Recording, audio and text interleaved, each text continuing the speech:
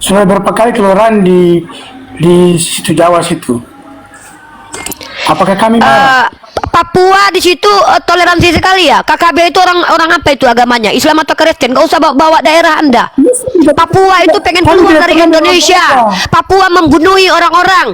KKB itu dikatakan kriminal bersenjata. Gak usah Pak bawa daerah Pak. Jangan membanding-bandingkan daerah. Saya bukan orang rasis. Saya tidak melihat perbedaan itu karena etnisnya. Tapi kalau Anda bilang Jawa-Jawa, ada apa dengan orang Jawa? Presidenmu orang Jawa loh. Ya. Nampak sekali kebencianmu ya. Kau bawa Jawa ya. Kau bawa Jawa di sini ya. Aku bukan orang Jawa, mukaku muka Jawa ini. Macam-macam kan tak sedot ubun-ubunmu nanti bawa daerah kayak gitu. Cuk. Kita lagi diskusi akademis kok bawa daerah kau. Apa masalah kau dengan orang Jawa? Diam kau penyebar hoax. Apa masalahmu dengan orang Jawa Pak Ranse? Kau pernah tinggal di Jawa mana? Kau pernah tinggal di Jawa mana? Orang Jawa mana yang telah menyakiti kau? Jujur, sebutkan namanya. Suketem Kotemi, siapa namanya? Sebut. Fitnah-fitnah orang Jawa ini orang. Kau tunjukkan sama aku orang Jawa yang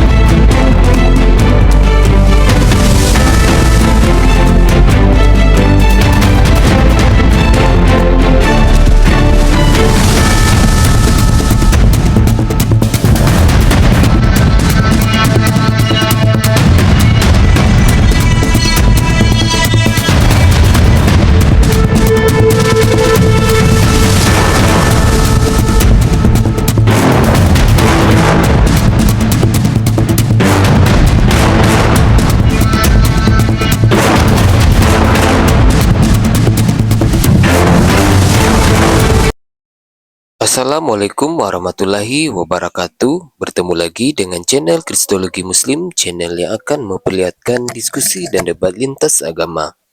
Pada kesempatan hari ini, semoga kita semua dalam keadaan sehat walafiat, selalu diberikan kesehatan, dan segala macam urusan dilapangkan, dipermudahkan, dan dilancarkan seperti apa yang diharapkan, dan juga diberikan segala kecukupan ekonomi, rezeki yang melimpah yang tidak pernah habisnya dari Allah Subhanahu wa Ta'ala. Di video kali ini masih seperti biasa, saya akan memperlihatkan diskusi dan debat lintas agama, di mana nantinya apologet Islam dan oknum Kristen akan saling bertanya dan menjelaskan agama masing-masing. Yang mana kita akan bisa menilai mana agama yang benar-benar bisa diterima dan dipahami secara akal fikiran manusia yang berakal. Di video ini juga kita akan melihat diskusi dan debat Unirifa dan apologet Islam lain dengan beberapa oknum Kristen yang mana kita bisa mendapatkan ilmu dan pengetahuan tentang ajaran Islam dan ajaran Kristen. Dan bagaimana berjalannya diskusi ini, apakah akan berjalan tenang dan santun atau malah sebaliknya memanas, di mana biasanya oknum Kristen jika tidak sanggup menjawab pertanyaan dan juga tidak terima ajaran dan isi kitabnya dibahas, mereka akan emosi dan marah, bahkan sampai menghujat pribadi atau ajaran. Nah, daripada penasaran dengan diskusi dan debat ini, mari kita simak saja videonya sekarang. nggak sopan kan? Masa Tuhan di mute Unirifa? Karena ayat Al-Quran Nabi biarkan Nih, tuh kan? Roh Kudusmu lagi-lagi kumute. Kan setiap umat Kristen berbicara itu diajarkan Roh Kudus karena ada Tuhan dalam dirinya. Roh Kudus namanya. Sekarang saya tanya sama kamu, bisa nggak kau mendidik Roh Kudusmu? Kalau kau nggak bisa ngatur Roh Kudusmu, biar aku yang mengatur Roh Kudusmu. Allah mengangkat Kalau kau tidak bisa mendidik Roh Kudus dalam dirimu untuk bijaksana dan santai, aku nih yang mute dari tadi Roh Kudus nih. Roh Kudusmu aja di depanku nggak ada apa-apanya nih. Nah nih, nggak ada. Kau minta tolong kau sama Roh Kudus pun nggak ada gunanya. Karena aku lebih berkuasa daripada Roh Kudusmu di komal ini. Aku lebih berkuasa daripada Tuhanmu di komal ini. Ya. Jadi kalau kau misalkannya ingin minta tolong sama Roh Kudusmu sekarang ini nggak ada gunanya. Tuhanmu aja nggak mampu membantumu di Komal ini untuk berbicara. Minta tolong sama Tuhanmu dulu. Ya, buat Komal ini error kalau memang Tuhanmu berkuasa. Kalau enggak, aku berkuasa atas Roh Kudusmu. Kumiut terus Roh Kudusmu ini. Kayak gini. Oh, bukan panik, jijik. Apa ini? Panik. Jadi teman-teman muslim ya, kena ludah Roh Kudusmu. Perhatikan baik-baik ya. Orang Kristen itu mengklaim ada Tuhan dalam dirinya. Ketika mereka berbicara, itu dibimbing oleh Tuhan. Ketika mereka berbicara seperti tadi, jangan salahkan mereka orang Islam. Itu Roh Kudus yang ngomong. Makanya Unirifani kalau debat sama Oten sebenarnya sedang berdebat dengan Roh Kudusnya Oten, Roh Pneuma. Berdebat dengan apa? Pneuma, teman-teman. Bukan Roh Kudus ya. Roh Kudus itu malaikat Jibril. Pneuma, Holy Ghost. Ini mereka itu memang kesurupan Holy Ghost hampir setiap hari. Kalian kan saya sudah bilang, kalian nggak beradab saya maklum, kalian nggak berakhlak saya maklum. Yang tidak bisa saya maklum adalah kalian tidak bawa pneuma kalian. Karena saya pengen ngobrol sama pneuma kalian. Jangan depan saya pneuma kalian nggak ada harga diri gitu loh. 33 tahun Tuhan kalian hadir ke dunia, dihilangkan harga dirinya, ditelanjangi dia. Masa pneuma kalian juga nggak punya harga diri depan saya? Ayo dong. Katanya ada kebijaksanaan, ketenangan, ya, seperti itu ya. Jangan panik sama saya, nggak usah takut. Saya tidak jahat kok. Saya hanya membongkar aib agama kalian aja ya. Jangan takut, jangan panik sama Unirifa. Unirifa ini tidak pernah berniat jahat. Unirifa ini niatnya cuma satu, membongkar dusta, membongkar aib agama tertentu. Bukan membongkar aib orang, membongkar dusta. Ya. Seperti itu teman-teman. Oke, kita coba untuk live kan dan relay di YouTube. Izin teman-teman ya, karena ini kita live di YouTube. Maka saya harus prolog teman-teman. Kenapa Unirifa harus prolog? Supaya para penonton dan netizen tahu apa alasan saya meminta Iqbal membuatkan tema Yesus fiktif tanda seru. Ya. Dan apakah nanti ini adalah penghujatan atau tidak? Silakan kalian record ramai-ramai. Kalian berhak sebagai warga negara Indonesia untuk melaporkan saya ke kantor polisi. Saya tetap di Indonesia untuk bertanggung jawab. Dan apa yang saya sampaikan ini adalah hasil dari analisis, hasil penilaian, hasil pembelajaran sebagai orang yang memiliki critical thinking. So, kalau kalian merasa tersakiti, ya ikuti Yesus ya. Berdoalah untuk orang yang menyakiti kalian. Seperti itu. Sapa dulu dek, ini minta 1 menit lagi, masih ada ini dek, masih ada masalah nih di sini.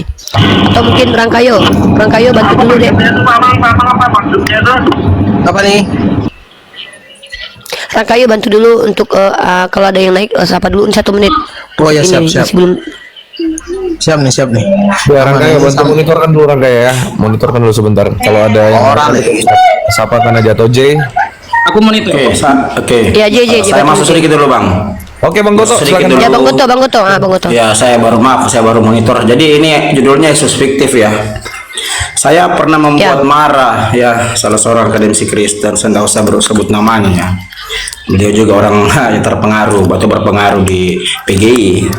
Saya bilang begini, pernah Anda belajar kenapa Bible Anda itu dikanonikan Laodikia? Ini ada hubungannya dengan apa? Tema ya Yesus fiktif. Jadi saya sedikit jelaskan sejarahnya kota Laodikia, tempat pertama kali Bible dikanonikan ya. Jadi kota Laodikia dulu itu bernama kota Diaspolis ya. Kota Diaspolis didirikan oleh Kaisar Antiochus II tahun 256 hingga selesai ya, untuk menghormati istrinya yang bernama Laodiki ya. Jadi didirikan ya Laodikia ini ya, yang dulu bernama Diaspolis. Jadi Diaspolis ini adalah pusat penyembahan dewa Zeus ya, pusat penyembahan dewa Zeus di zamannya. Tapi sebelumnya yang di bawah follow dulu ini, karena akun paling baru saya ya, mungkin belum bisa open cam, di follow dulu. Ya, di follow dulu teman-teman. Di bawah ya, di follow dulu ya. Teman-teman yang ada di bawah, tolong di follow semua akun para apologet yang ada di atas, di follow semua teman-teman ya, di follow. Saya minta tolong, kalau Anda nggak follow, pokoknya saya nggak mau teman Anda nanti ya. Oke, jadi kota Diaspolis adalah pusat penyembahan dewa Zeus ya. di samping kota Diaspolis ini ya, bukan di samping, seluruhnya ya. Jadi kota Diaspolis ini dialiri sebuah sungai yang bernama Sungai Licinius ya. Jadi sungai ini tempat bergantung ya seluruh orang di kota Diaspolis yang akhirnya menjadi Laodikia itu untuk kebutuhan sehari-hari. Makanya ketika ada pesan bahwa Yesus air kehidupan, Anda bisa belajar dari sejarah sungai ini. Jadi begitu ya. Jadi Yesus kalau dikatakan fiktif dari segi nama ya saja ya, dari sisi nama saja sebenarnya sudah fiktif. Kenapa? Karena Yesus ini bukanlah dari sisi nama ya, gramatikal ya itu. Nama penyebutan ya sebenarnya memang fiktif. Kenapa? Karena Yesus tidak ada nama ini, nama ya saya bilang ya, prophet name, tidak ada hubungannya dengan Yeshua HaMashiach Isa Al-Masih. Kenapa? Karena etimologi kata Yesus berasal dari kata Lezius. Sementara Lezeus sendiri penggabungan dua kata dari sungai yang saya katakan tadi, Sungai Licinius dan Zeus, yang akhirnya disingkat menjadi Lesus. Sayang sekali Google tidak memuat ini. Kita harus menghack satu website untuk bisa mendapatkan literasi ini. Jadi kawan-kawan ya, dulu sebelum abad ke-16 sebenarnya tidak ada penyebutan Yesus. Yang ada itu Lezeus, gabungan dua kata dari sungai dan nama dewa Zeus ya, Lezeus dan Zeus menjadi Lezeus. Ya, ini yang membuat marah mereka. Sampai detik ini bahkan ada yang ngancam membunuh saya. Jadi saya bilang begini, saya hanya berbicara kebenaran. Saya menyampaikan ini supaya Anda percaya bahwa sebenarnya penyebutan kata Yesus itu tidak ada hubungannya sama sekali dari sisi prophet name dengan Yeshua HaMashiach. Jadi bisa dipastikan fiktif karena namanya saja sudah bukan berasal dari Yeshua HaMashiach, tapi ada akar dari dewa Zeus. Itu yang kalian perlu ketahui, kawan-kawan. Makanya kenapa dia dikanonikan Laodikia? Kenapa bukan di Efesus, Tesalonika yang dekat dari Vatikan? Kenapa mesti Laodikia? Ya, tadi saya jelaskan sejarahnya. Kenapa mesti di Laodikia? Coba, karena pada saat itu adalah dewa Zeus adalah dewa yang paling dihormati Roma. Makanya perlu, tadi saya katakan bahwa Bible sudah menjadi fasilitas ajaran pagan masuk ke budaya Kristen. Makanya bapak-bapak gereja di saat itu yang otomatis adalah bagian dari otoritas Roma itu sudah bersepakat demi menghormati dewa Zeus, kami harus mengkanonikannya di Laodikia, bukan di Vatikan, bukan di Tesalonika, tuh, bukan di Efesus.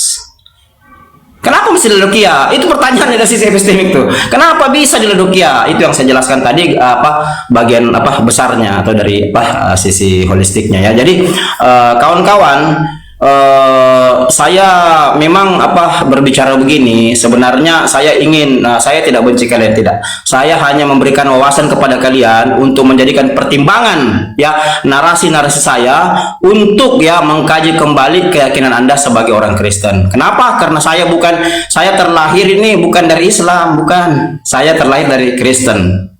Saya baru masuk Islam itu 2019. Karena mengkaji, melakukan riset secara komprehensif selama 6 tahun, akhirnya beberapa konklusi saya dapat. Finalnya yaitu saya katakan tadi bahwa Kristen lahir dari sesuatu yang salah. Beda Al-Quran. Al-Quran itu lahir dari sesuatu yang benar.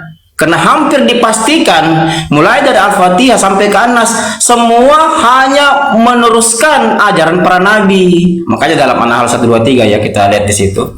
Kemudian kami mewahyukan kepada Muhammad untuk mengikuti milah atau agama Ibrahim. Agar Ibrahim ini kalau kita lihat tradisi baik tradisi Yahudi, tradisi Hindu, semua dipercaya sebagai sosok ya, di mana segala orang percaya itu percaya padanya atau bapa dari segala orang percaya. Nah, kalau dalam tradisi Hindu dikatakan pendeta Brahmana ya, kasta Brahmana, kasta pendeta-pendeta. Kan begitu, Brahmana itu Abraham kalau dalam tradisi Yahudi, Ibrahim kalau dalam tradisi Islam. Begitu. Jadi itu yang perlu kita pahami bersama bahwa mereka ya, budaya mereka, kitab mereka ini lahir dari sesuatu yang memang tidak berdasarkan ajaran para nabi. Itu poinnya. Ya, poinnya tidak berdasarkan ajaran para nabi mulai dari Abraham bahkan sampai ke Isa sendiri, tapi lahir dari sesuatu yang salah, di mana Bible telah menjadi fasilitas budaya pagan masuk ke budaya Kristen, budaya Roma masuk ke dalam budaya Kristen. Ya itu mungkin sedikit dari saya, mungkin ini sudah selesai. Silakan lanjut. Oke. Makasih banyak Bang Goto, Masya Allah. Ya, thank you Bang Goto. Baik. Silakan. Oke, kita mulai ya. A'udzubillahi minasyaitonirrajim. Bismillahirrahmanirrahim. Assalamualaikum warahmatullahi wabarakatuh. Alhamdulillahirabbil alamin. Rasulullah bil huda wa dinil haq liyuzhirahu 'ala dini kulli walau karihal kafirun walau karihal munafiqun la nabiyya ba'da. Asyhadu an la ilaha illallah wa asyhadu anna Muhammadar Rasulullah. Rabbi shrah li sadri wa yassir li amri wahlul 'uqdatam min lisani yafqahu qawli. Rabbana la tuzigh qulubana ba'da idh hadaytana wa hab lana min ladunka rahmah innaka antal wahhab. Stikernya naikin sedikit. Oke. Teman-teman, hari ini sengaja saya meminta pemilik komal yaitu Iqbal akun Kata Bible 06 untuk menuliskan satu tema Yesus fiktif dengan tanda seru bukan tanda tanya, dan saya akan mengupas tuntas alasan saya meminta untuk membuat argumentasi seperti ini. Jadi begini teman-teman ya. Kita tahu tadi malam saya baru saja membongkar kedustaan dan penipuan salah seorang pria mengaku diklaim sebagai seorang profesor, namun ternyata setelah saya tanya dia tidak pernah sekolah, bahkan tidak mengenyam pendidikan secara akademik. Dan itu juga yang terjadi beberapa waktu lalu dengan banyaknya Assalamualaikum Bang Indra, banyaknya tokoh-tokoh Kristen yang dimuliakan oleh orang Kristen, yang pada akhirnya kita bongkar bahwa mereka itu bukan siapa-siapa dalam dunia akademik, tetapi hanyalah orang-orang yang memang memiliki kemampuan lisannya untuk menghujat dengan cara yang barbar terhadap agama Islam. Terima kasih buat teman-teman yang sudah support ya. Semoga Allah kembalikan berlebihan seperti yang Allah janjikan. Amin ya Allah, amin Allah. Makasih Pendra. Ya, jadi teman-teman perhatikan ya. Hari ini tema ini cukup ekstrim ya. Konsekuensinya adalah kalau saya tidak memiliki alasan yang tepat untuk tema ini, maka tentu ini akan memicu konflik umat beragama dan tentu akan membuat saya sendiri akan menjadi tersangka penistaan agama. Tapi proposisi yang akan saya bawakan adalah begini. Perhatikan baik-baik. Kalau dengarkan baik-baik ya. Kalau Nabi Muhammad dikatakan fiktif dengan alasan bahwa Nabi Muhammad secara arkeologi tidak dicatat oleh orang-orang Yahudi, maka dengan demikian Yesus juga dikatakan fiktif karena tidak tercatat dalam sejarah-sejarah Islam. Yesus dan tidak pernah ditemukan arkeologinya tentang Yesus. Tentang pribadi Yesus tidak ada arkeologinya. Rumahnya apakah ada situsnya, makamnya pun masih diperdebatkan karena ada beberapa makam yang diklaim sebagai makam Yesus, dan bukti-bukti otentik makam Yesus bahwa itu adalah makam Yesus yang anak Maria, apakah bisa kalian tunjukkan secara ilmiah? Dan Yesus yang kalian maksud ini Yesus yang mana? Karena sebagai seorang mahasiswi saya paham betul ilmu arkeologi. Walaupun saya tidak mendalami secara akademik, tapi saya pun membaca jurnal dan karya ilmiah tentang arkeologi dan ilmu sejarah. Sejarah sebagai ilmu adalah informasi yang menelusuri kejadian masa lampau yang direkonstruksikan ulang kembali dengan menggunakan bukti-bukti otentik, empirik. Pertanyaannya, bisakah kalian menunjukkan kepada saya tokoh yang melihat secara langsung Yesus dan kemudian menuliskannya, berunut memiliki sanad perawi atau memiliki kesinambungan lisan by lisan? Mari kita terima itu ya.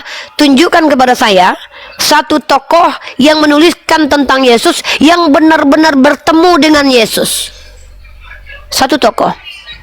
Pasti kalian bilang, kan Matius, Markus, Lukas ketemu nih. Mohon maaf ya, kalau kalian mau argumentasi dengan saya, argumentasi yang akademik ya, saya minta kalian tunjukkan buktinya secara data yang digunakan oleh kaidah ilmiah secara umum bahwa ada tokoh yang betul-betul melihat Yesus dan mencatatkan kehidupan Yesus, literasinya masih ada sampai detik ini. Karena kalau kalian memiliki sandaran dan parameter bahwa Nabi Muhammad kalian tuduh fiktif karena tidak dicatat oleh tokoh-tokoh Yahudi, ya, maka saya juga punya standar yang sama yang saya balikkan kepada kalian. Dengan demikian, saya justru mampu menunjukkan antara Nabi Muhammad dan Yesus serta Paulus yang fiktif adalah Yesus. Kenapa? Saya tidak menemukan, saya nggak tahu kalau kalian menemukan data-data arkeolog terkait pribadi Yesus, situs rumah yang pernah didiaminya. Kalau Nabi Muhammad ada, situs kuburannya, itu pun masih ada perdebatan, yang mana yang benar. Bahkan baru-baru ini, kemarin, ditemukan makam Talpiot yang diduga adalah makam Yesus, masih diperdebatkan. Kemudian, Yesus mana yang kalian maksud? Kalau Muhammad, jelas, Muhammad ibnu Abdullah, yang menaklukkan Mekah, ketika Fatu Makkah, mewariskan ilmu dan pengetahuannya dan wahyu yang dia terima kepada para sahabat, yang bahkan sahabatnya menaklukkan Yerusalem, dan bahkan beliau menuliskan surat kepada gereja Santa Katrina. Maka secara arkeologi Nabi Muhammad kuat keberadaannya, diakui oleh orang-orang yang berbeda keyakinan. Kalau kita bicara tentang Yesus, Flavius Josephus Tacitus, saya tanya, Yesus mana yang dituliskan Flavius Josephus dan Tacitus? Anak siapa? Apa buktinya kalau Yesus yang dituliskan itu adalah Yesus anak Maria, bukan Yesus Barabas? Bukan, karena gini, nama Yesus pada masanya itu seperti nama Bambang, nama yang lazim digunakan oleh orang-orang. Muhammad pada masanya hanya dia yang punya nama itu pada masa itu. Jadi tolong, kalau kalian ingin berargumentasi menggunakan kaidah arkeologi, mari jujur pakai dunia akademis untuk memvalidasi statement kalian. Sejarah sebagai ilmu, saya minta sejarawan yang menyampaikan informasi tentang Yesus, saya minta datanya dari mana. Kalau bicara tentang sejarawan-sejarawan Islam, mereka itu mengkaji literatur, dan kita masih punya literaturnya. Dua literatur kuat menceritakan tentang Muhammad ibnu Abdullah, Al-Quran dan juga hadis. Kami punya. Kalian punya apa? Biblos, saya mau tahu secara ilmu, sejarah sebagai ilmu, saya mau tahu siapa penulis Biblos, sebutkan nama, buktikan. Ya, kalau saya bisa sudah. tunjukkan. Sabar, Ya, oke. saya belum Boleh. selesai. Ini masih prolog. Sudah. Jadi ketika kalian tidak mampu penuhi semua standar saya menggunakan kaidah ilmiah, Masya Allah, di tanduk unicorn kalian, saya minta kalian jujur akui siapa yang fiktif antara baginda Rasulullah Muhammad SAW dengan Yesus yang kalian tidak tahu itu anak siapa. Kalau kalian bisa tunjukkan kepada saya akan meminta maaf dengan tema ini. Ya, minta maaf kepada kalian bahwa saya salah ketika saya ternyata belajar, ternyata ada arkeologi tentang Yesus, situsnya, rumahnya. Kalau itu dikatakan makam, apa alasannya? Siapa yang menemukan pertama sekali? Tolong kita pakai sisi akademik. Ya, jadi itu teman-teman. Tema ini adalah permintaan dari umat Kristen sendiri. Tema yang dibawa oleh cakra yang profesor-profesoran yang menuduh Nabi Muhammad fiktif. Ya, jadi Nabi Muhammad itu bisa dikatakan tokoh historis karena dia pernah menjadi khalifah pertama, dia menjadi pemimpin pertama di Arab. Dan selain itu, beliau juga meninggalkan situs. Makam dalam dunia arkeologi adalah situs. Kebetulan ada Ustadz Arif di sini, qadarullah. Beliau adalah seorang yang mengambil ilmu akademik sebagai seorang di dunia arkeologi. Nanti beliau mungkin bisa menambahkan argumentasi terkait tentang dunia arkeologi. Kami begini teman-teman, kami kalau berbicara itu sesuai kapasitas. Walaupun saya tidak mengambil secara akademik tentang arkeologi, tapi saya berhak berbicara juga karena saya pembaca jurnal dan juga pembaca literasi tentang arkeologi. Ilmu arkeologi adalah ilmu yang juga memberikan tafsiran terhadap temuan-temuannya, situs-situs atau fragmen atau inskripsi yang ditemukan. Dan kita memang sepakati, kalau memang banyak bukti-bukti yang menunjukkan arahnya sama, dan ternyata betul-betul arkeologi didukung oleh fakta-fakta empiris, kita terima keberadaannya. Yang menjadi pertanyaan bagi saya, dari mana kalian tahu kalau Yesus yang dimaksud adalah Yesus anak Maria? Seperti itu ya. Mungkin itu dulu prolog saya, dan saya tolong naikkan lagi Oten tadi deh, yang ingin diskusi pakai data. Kalau enggak pulang kampung aja kalian. Ini ada Ustadz Arif juga nih. Ya, Assalamualaikum Ustadz Arif. Assalamualaikum Ustadz Arif. Assalamualaikum Pak Indra. Assalamualaikum Pak Indra. Assalamualaikum Ustadz Arif. warahmatullahi Sambil wabarakatuh. nunggu-nunggu teman Kristen tuh. Ya, saya masuk sedikit lagi. Ya. Siap Ustaz Arif. Waalaikumsalam warahmatullahi wabarakatuh. Iya Pak Indra. Ya. Siap. Ustaz. Assalamualaikum. Siap. Salam, Pak Sambil Indra. nunggu-nunggu Bang. Semuanya ya. Teman Kristen. Siap Ustaz, siap Ustaz. Oke, Ya, teman-teman. sambil nunggu-nunggu teman Kristen. Ya. Ya, Oh ya, baik. Bang Ya, Ustaz. saya terakhir tadi saya tertarik ini katakan harus membuktikan dari sisi akademik ya. Nah, jadi oke. Saya pernah bilang begini Bang, semua penelitian arkeolog dari ahli-ahli arkeolog dari ilmuwan itu semua berkesinambungan. Itu ada benang merahnya. Penulisan buku yang dikarang oleh para ilmuwan mulai dari Nicholas Notovic, Elizabeth Clara Prophet, Mugi Whithouse ya, Mark Alan Powell sampai masuk ke Barbara Tering. Ini ada berkesinambungan semua. Ada rentetan sejarahnya. Kayak kemarin saya pernah bahas tuh tentang itu Jesus live in India kan begitu ya. Jadi begini kawan-kawan ya.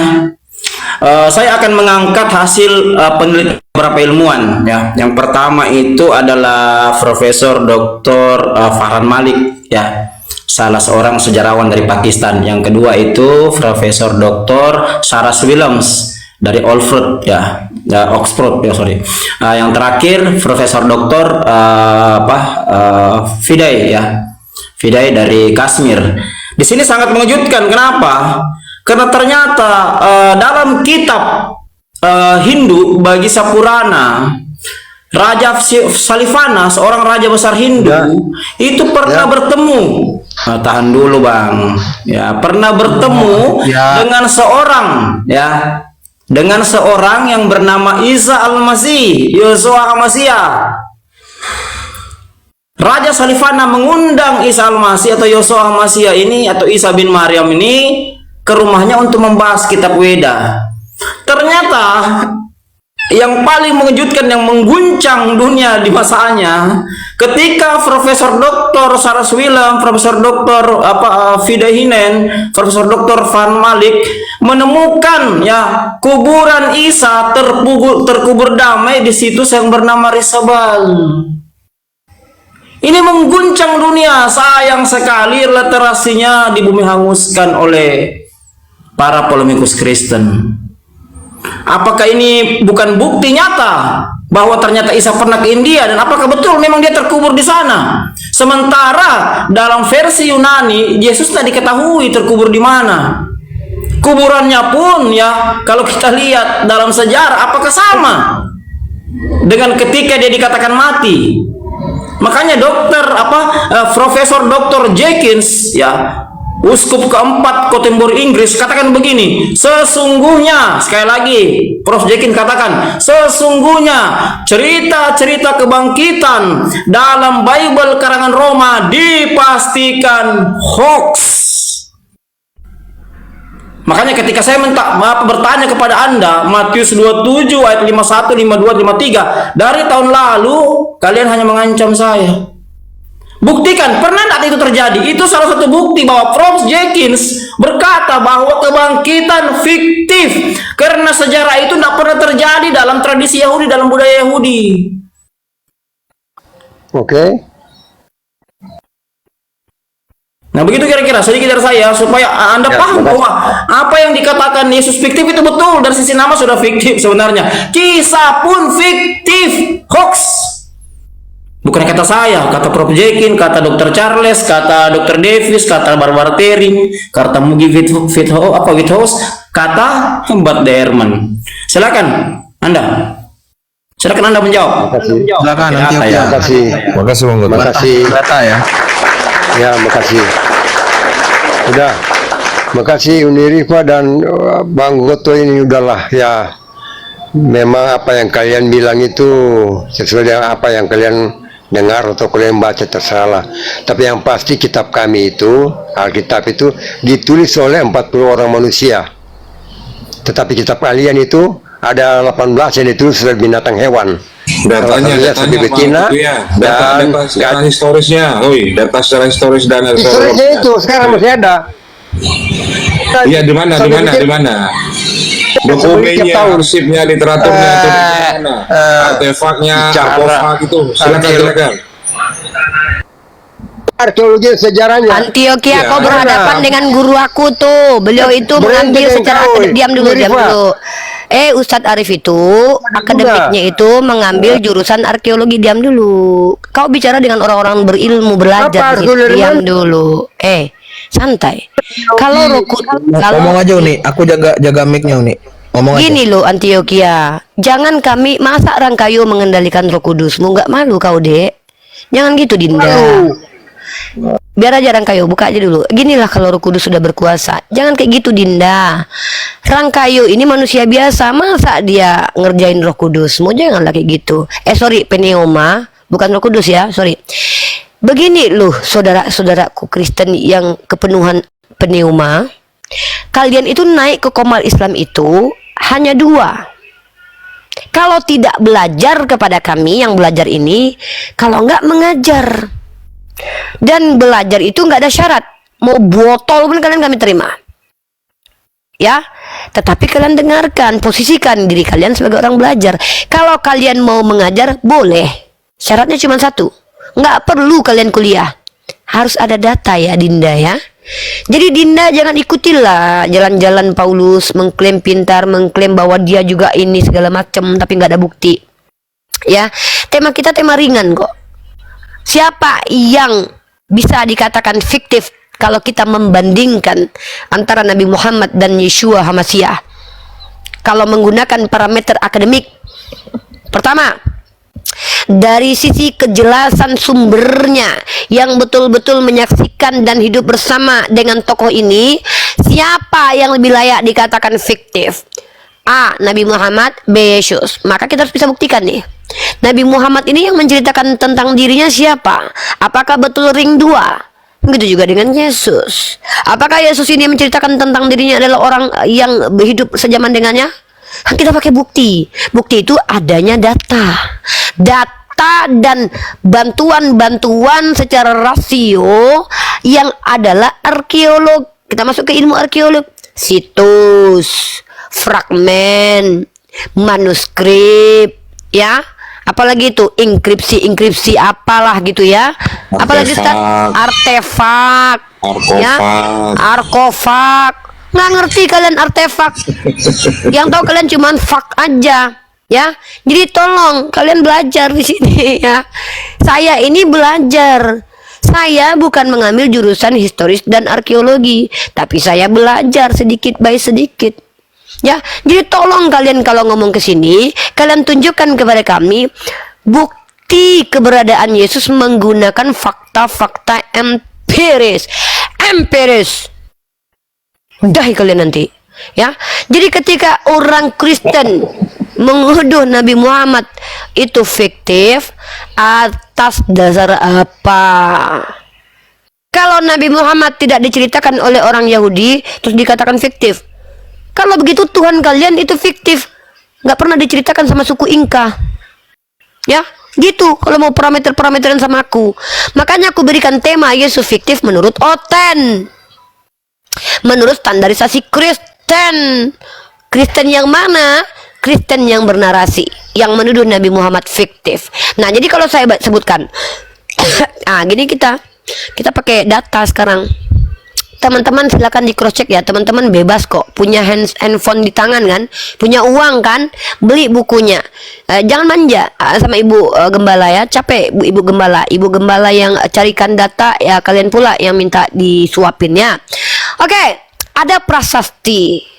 Prasasti ini ada tahun 691 M Masehi. Jaraknya dengan Rasulullah itu sekitar 40 tahunan lah. Nama prasastinya adalah Dome of the Rock. Ya, di situ tertulis Muhammadun abduhu wa rasuluh. Pertanyaan ini, apakah ada orang lain di zaman itu yang bernama Muhammad abduhu wa rasuluh kecuali Muhammad ibnu Abdullah? Kalau Yesus banyak, Yesus Barabas, Yesus Yesus itu, karena Yesus kayak nama Bambang. Kalau Muhammad namanya cuma dia doang ya. Itu pakai akal kalian. Lanjut, itu namanya prasasti. Nggak ngerti prasasti? Nggak ngerti, kalian nggak belajar. Lanjut, ada namanya adalah prasasti Umayyah di Qasr al-Mushata dan Qasr al-Halabat Yordania menyebutkan nama Nabi dan Islam pada masa awal ekspansi Islam abad ke-78. Kalian tahu kan orang-orang yang menguasai Yerusalem dan juga Eropa itu adalah orang-orang yang hidup sejaman dengan nabiku, yang adalah salah satu adalah menantunya. Itu ring 2 itu namanya termasuk kepada sumber yang jelas, itu hidup sejaman. Mengerti kalian? Nggak ngerti kalian, nggak belajar. Nah, ada manuskrip. Kalau Al-Quran boleh dikatakan manuskrip bukti kehadiran Nabi Muhammad, karena memang Al-Quran dari Nabi Muhammad. Ya kalau mau membantah ya buktikan. Kalau Bible bisa kalian buktikan itu dari Yesus? Nggak bisa.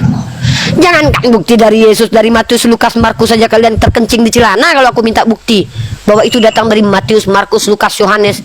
Tolong diskusi pakai data. Lanjut.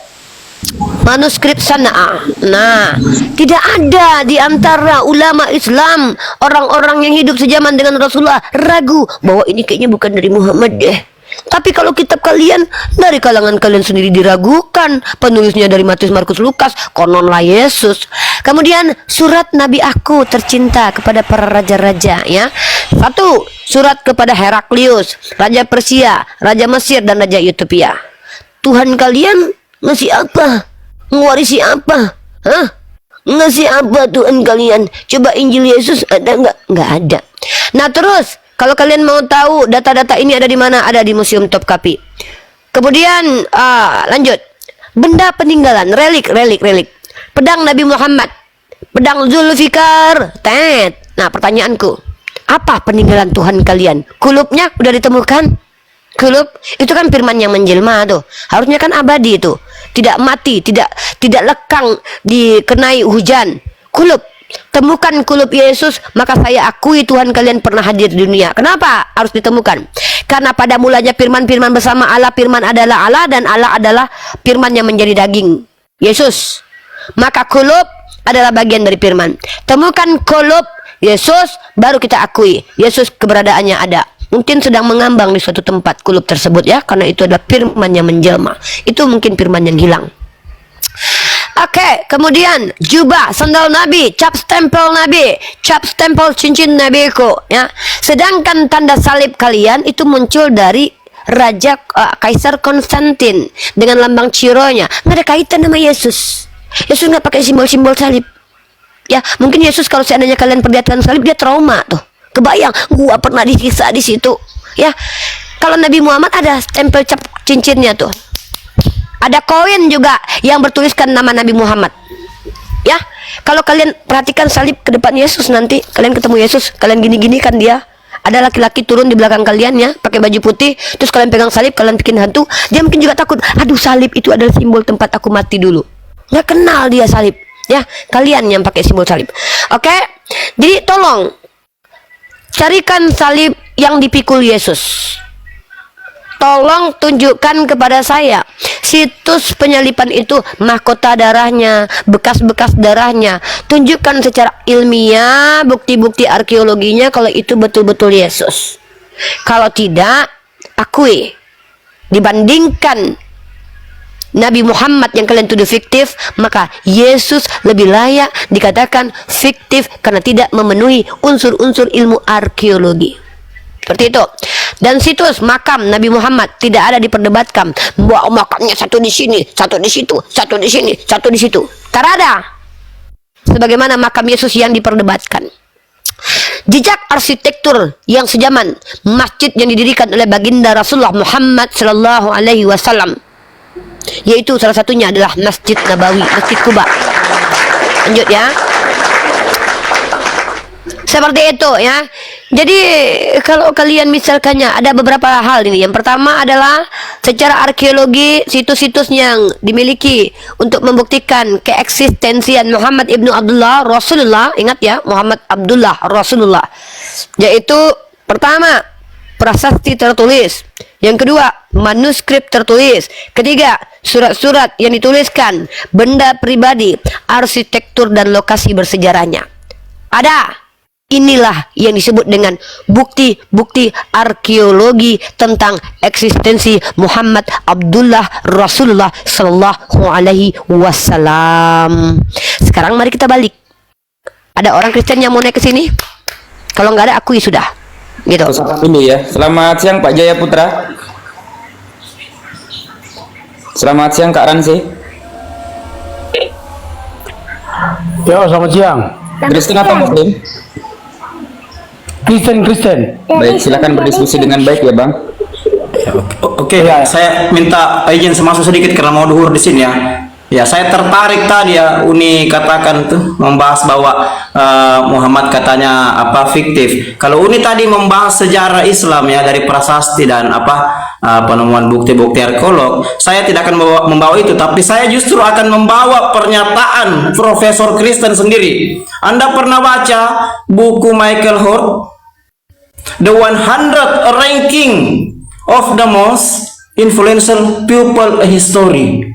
Anda tahu sejarahnya kenapa Michael Hort ini menulis ini? Michael Hort itu adalah ahli luar angkasa, pakar astronomi. Dalam bukunya 100 manusia paling berpengaruh, tercerdas, terbaik sepanjang sejarah, menempatkan Rasulullah sebagai tokoh paling berpengaruh sepanjang sejarah, bahkan mengalahkan Isa tempatnya di nomor 3 di bawah Isaac Newton. Dia katakan apa begini? The great man in the world, Prophet Muhammad, good man is number 1. Itu bukan profesor Islam, saudara. Profesor Kristen yang mengakui bahwa sejarah Rasulullah betul-betul ada dan diakui sebagai manusia terbaik sepanjang sejarah. Anda mau sangkal ini? Ini ahli luar angkasa, pakar astronomi. Beliau meneliti naskah-naskah Al-Quran, mulai dari Birmingham sampai Al-Quran biru. Beliau mengakui, beliau belajar sejarah Rasulullah dan sejarah Islam. Beliau mengakui tidak ada Rasulullah fiktif. Yang ada Rasulullah yang manusia terbaik sepanjang sejarah. Baca bukunya jelas sekali. The great man in the world, Prophet Muhammad, good man is number 1. Anda mau bantah ini? Anda membantah profesor? Sampai di mana kalian? Nah, itu mungkin sedikit dari saya. Silakan untuk melanjutkan narasi Pak Uni. Ratsi, silakan kalau mau masuk, silakan. Tapi sebelum Ransi masuk, Ustadz Arif dulu lah. Mungkin sedikit prolog tentang ilmu arkeologi, Ustadz. Ya, Ustadz, silakan. Jelaskan tentang situs-situs Ustadz, karena ini bidang Ustadz, jadi Ustadz capable membahas ini.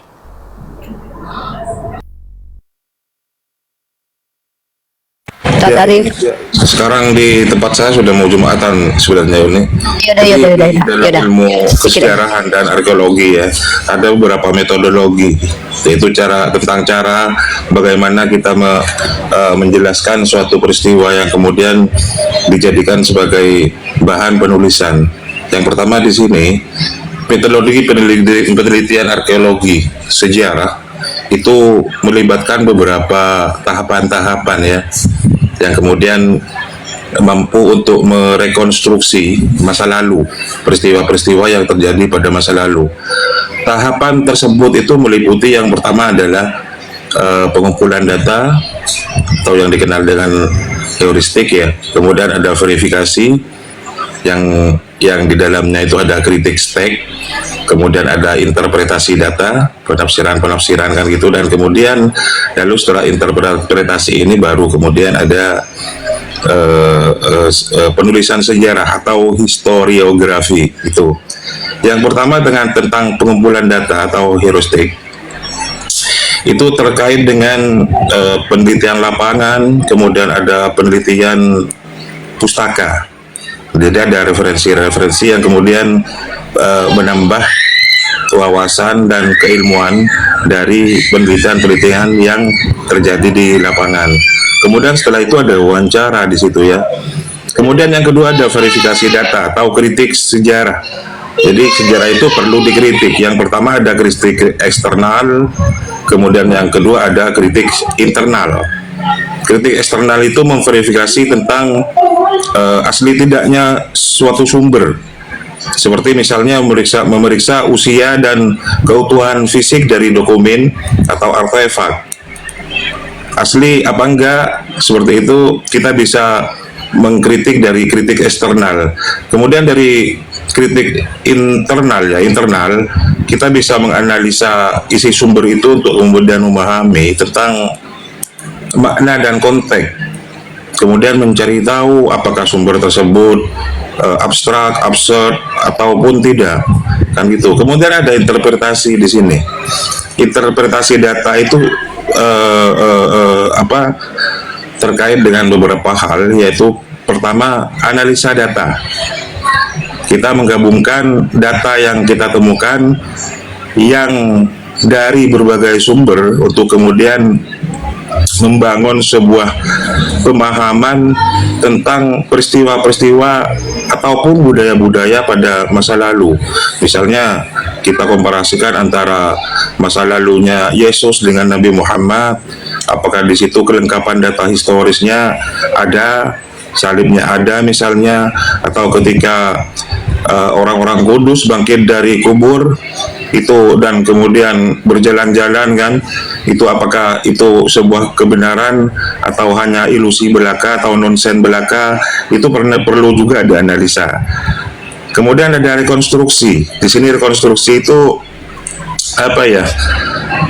menginterpretasikan beberapa temuan yang terkait dengan arkeologi dan kemudian informasi-informasi sejarah dari orang-orang yang punya interest pada masa lalu dan kemudian menciptakan sebuah gambaran yang koheran tentang yang terjadi peristiwa-peristiwa itu pada masa lalu, dan kemudian baru setelah adanya interpretasi data itu baru pada penulisan sejarah atau yang kemudian disebut dengan historiografi.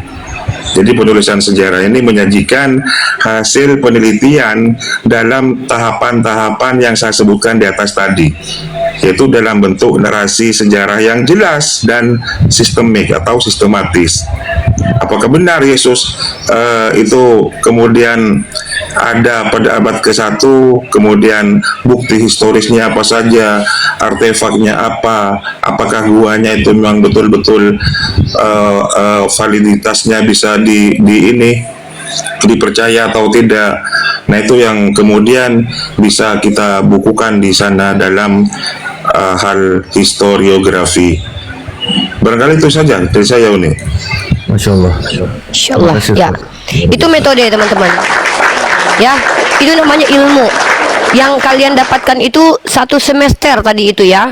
Namanya adalah pengantar ilmu arkeologi.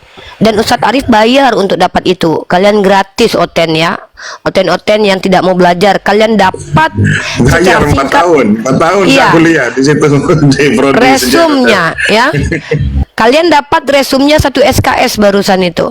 Ya, kalian mendapatkan metode-metode, kalian mendapatkan juga istilah-istilah di mana hal-hal tersebutlah yang menguatkan pembuktian seseorang itu di masa lalu eksis atau tidak. Nah, maka sejalan dengan pernyataan Ustadz Arif, saya bertanya kemudian, bisa kalian buktikan bahwa Yesus itu punya data-data arkeologi yang mendukung bahwa dia eksis. Nah, nanti kita bandingkan dengan kehadiran Nabi Muhammad, keeksisan Nabi Muhammad. Seperti itu. Kita sapa, ada tamu. Jai, silakan Jai. Tamu Jai. Ya, tambahan sedikit ya tentang beberapa penerapan penelitian ya di sini tentang sebuah situs tertentu, misalnya tentang kuburannya Yesus yang mungkin melibatkan sebuah survei lokasi. Jadi harus ada sebuah ekskavasi atau penggalian kembali untuk menemukan artefak-artefak dan artefak yang ada di dalamnya situ. Jadi analisis bahan bangunan serta kemudian adanya studi dokumen sejarah yang terkait dengan kuburannya Yesus ataupun bahan-bahan yang dilakukan di dalam penelitian terhadap penyaliban itu kan salib katanya kan. Simbol Yesus atau simbol orang-orang Kristen itu kan salib. Apa benar salib itu memang betul-betul ada pada waktu itu? Karena di dalam penulisan Bible itu tidak pernah dikatakan salib, tetapi kayu di situ. Jadi Yesus itu digantung di kayu kan gitu. Kenapa kemudian orang Kristen sekarang menyatakan bahwa simbol Kristen adalah salib? Kan seperti itu. Kemudian penelitian tentang kehidupan masyarakat pada zaman itu, pada masa lalu, di zamannya Yesus. Mungkin ini akan melibatkan analisis pola pemukiman di situ. Apakah benar Yesus itu adalah seorang yang kaya raya atau bahkan tidak punya rumah sama sekali, seperti yang dikatakan oleh salah satu sejarawan Kristen atau pendeta Kristen itu. Kemudian apakah Yesus itu kemudian makan dan hidup dari sedekahnya orang-orang yang ada di sekitar kampung mereka? Nah, ini yang kemudian harus kita teliti. Kemudian adanya temuan artefak sehari-harinya. Apakah Yesus ketika mengelilingi Galilea kemudian memecah belah pedagang, kios pedagang pada waktu itu, ya anggaplah kios ya, dan itu yang kemudian dijadikan sebagai sumber penting dan studi sumber tertulis mengenai sistem sosial dan ekonomi pada masa kehidupan Yesus dan para pengikutnya itu. Jadi pentingnya di sini kita belajar tentang metodologi penulisan sebuah sejarah ataupun arkeologi itu. Metodologi penelitian arkeologi sejarah itu memastikan kita bahwa rekonstruksi pada masa lalu itu betul-betul dilakukan secara kritis, secara sistemik, dan kemudian berdasarkan bukti yang kuat. Maka kemudian hal ini sangat penting ya untuk kemudian menghindari adanya absurd, adanya kebiasaan sejarah dan kesalahan interpretasi, dan kemudian untuk menghasilkan beberapa pemahaman yang akurat tentang sejarah kehadirannya Yesus ataupun Nabi Muhammad SAW. Silakan. Oke, saya tambah sedikit, saya tertarik ya, izin dulu Undi, saya tertarik tadi ya, ada Bang Arif tadi itu menyinggung sedikit ya, ini pertanyaan pernah saya diskusikan panjang dengan akademisi Kristen di Makassar ya, Yesus miskin atau kaya? Kan begitu ada tadi ya, pertanyaan Bang Arif ya, saya akan jelaskan ya. Iya, betul. Bible karangan Roma, Oke, tahan dulu. Bible karangan Roma, kenapa banyak profesor katakan hoax, ilmuwan hoax? Karena memang Bible karangan Roma, tradisi Roma mengatakan Yesus miskin. Oh, Anda salah. Yesus itu orang kaya, bahkan kaya raya di zamannya. Kenapa diadopsi? Tukang kayu dan segala macam itu hanya diadopsi dari sejarah-sejarah dewa-dewa, salah satunya Dewa Krishna, Dewa Horus, dan yang lain. Coba pikir ya, pakai logika ya. Dalam buku karangan Unknown Life of Jesus, karya Nicholas Matovic, Unknown Life of Jesus, yang akhirnya mendapatkan 2 kitab ya dari lama, di situ disebutkan ya apa alasan Maria mengirim Yesus ke India. Jelas sejelas-jelasnya dalam buku itu. Apa alasannya coba? Alasannya apa? Diceritakan dalam buku itu, kitab kuno Hindu dikatakan begitu, kitab kuno Buddha dikatakan begini. Maria merasa gusar karena seluruh pejabat-pejabat di Israel, birokrasi Israel itu pada saat itu, karena Yesus dianggap gagah, Yesus dianggap terpelajar, semuanya mau menjodohkan Yesus dengan anaknya perempuan. Salah satunya adalah orang yang terkaya di Israel pada saat itu adalah bapak dari Maria Magdalena, pemilik kapal pesiar. Nggak usah jauh-jauh di zaman dulu, bro. Zaman sekarang tidak ada mau jodohkan anaknya anak presiden dengan anak tukang kayu. Nonsen, omong kosong. Ini ya, bukti, saya teruskan lagi sedikit. Bukti Bang Goto, bukti Bang Goto. Ini terdapat di dalam Bible, yaitu di Matius berapa itu? Matius 8 ayat 20 kalau nggak salah ya. Kemudian Yesus berkata, ini tulisan merah ya. Ini perumpamaan yang dikatakan oleh Yesus.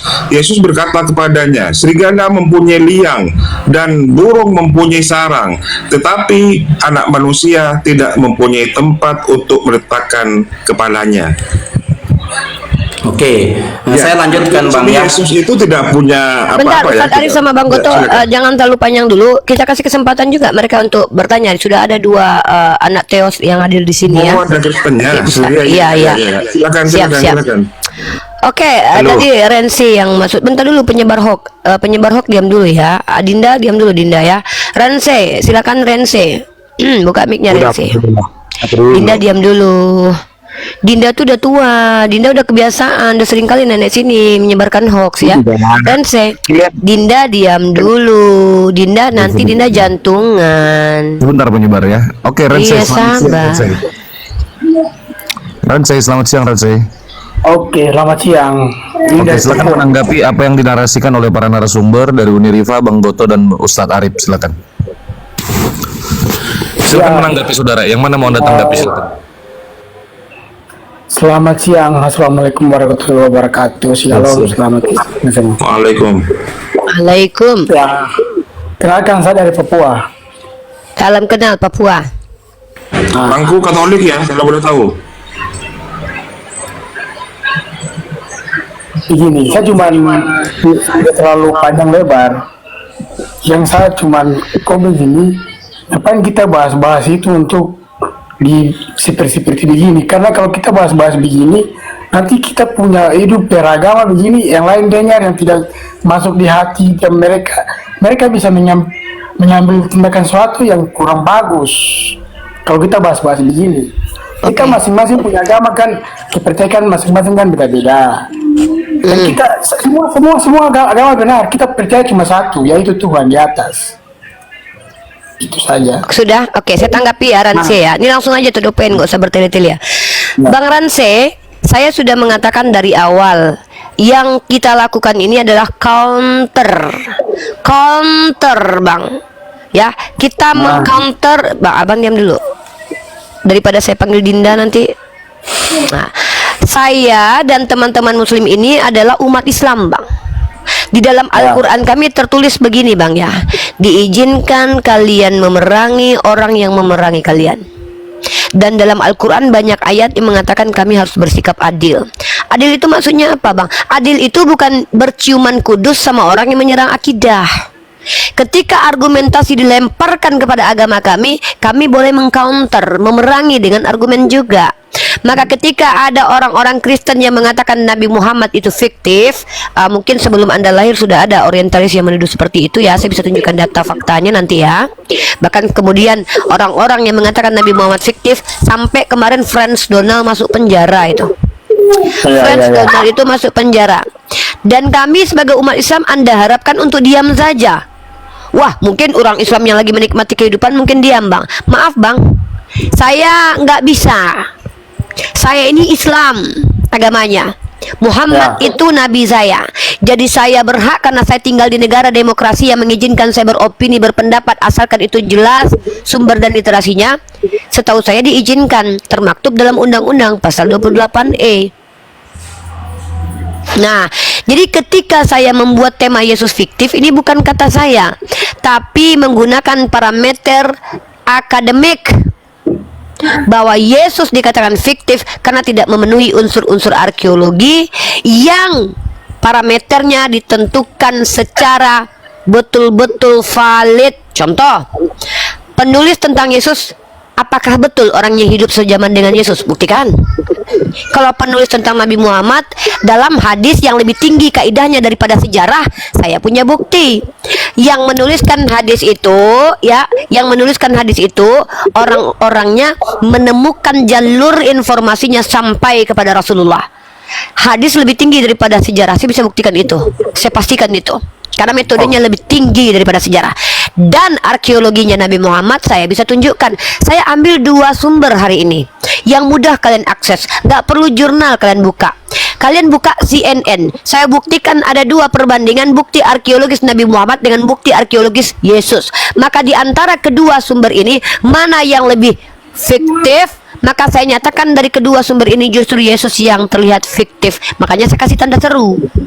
Nah, seperti itu. Kalau Anda tidak tertarik membahas diskusi lintas agama, ya jangan naik ke diskusi lintas agama, Pak.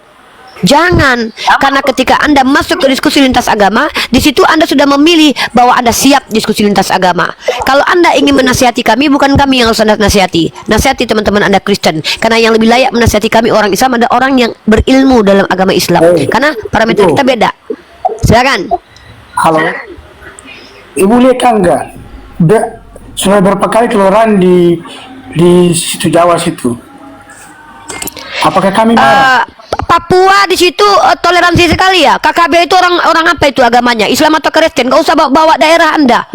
Papua itu pengen keluar dari Indonesia. Papua membunuhi orang-orang.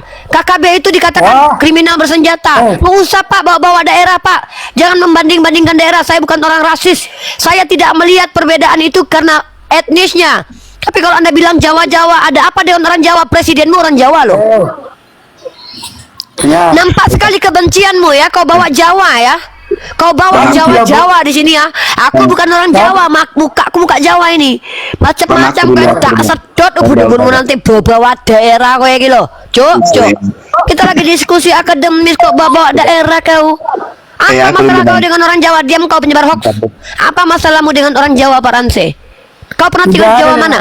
Kau pernah tinggal di Jawa mana? Orang Jawa mana yang telah menyakiti kau? Jujur, sebutkan namanya. Suketem, Kotemi, siapa namanya? Sebut. Fitnah-fitnah orang Jawa ini orang. Kau tunjukkan sama aku orang Jawa yang pernah menghalangi kau ke gereja. Bawa suku diskusi ini. Ini nih yang bikin rusak peradaban ini. Kita lagi diskusi ilmiah akademik bahas arkeologi ke bawa orang Jawa. Kau mentang-mentang aku bukan orang Jawa, kau pikir aku nggak akan membela orang-orang Jawa? Hei, mukaku ini muka Jawa atau kau? Hah? Jangan kau bawa etnis di sini. Nggak peduli aku. Ngapain kau bawa Jawa? Apa salah orang Jawa? Host, cikir host. Nggak nampak muka Jawa aku host. Dengar dulu Ibu. Diam dulu kau penyebar hoax. Saya marah lah Anda bawa etnis di sini. Apa urusan etnis di sini? Saya nggak bawa Papua kok. Saya lagi bahas arkeologi. Diam dulu kau penyebar hoax. Ini orang birahi kali pengen ngomong. Ranse, dengarkan Bunda ya nak.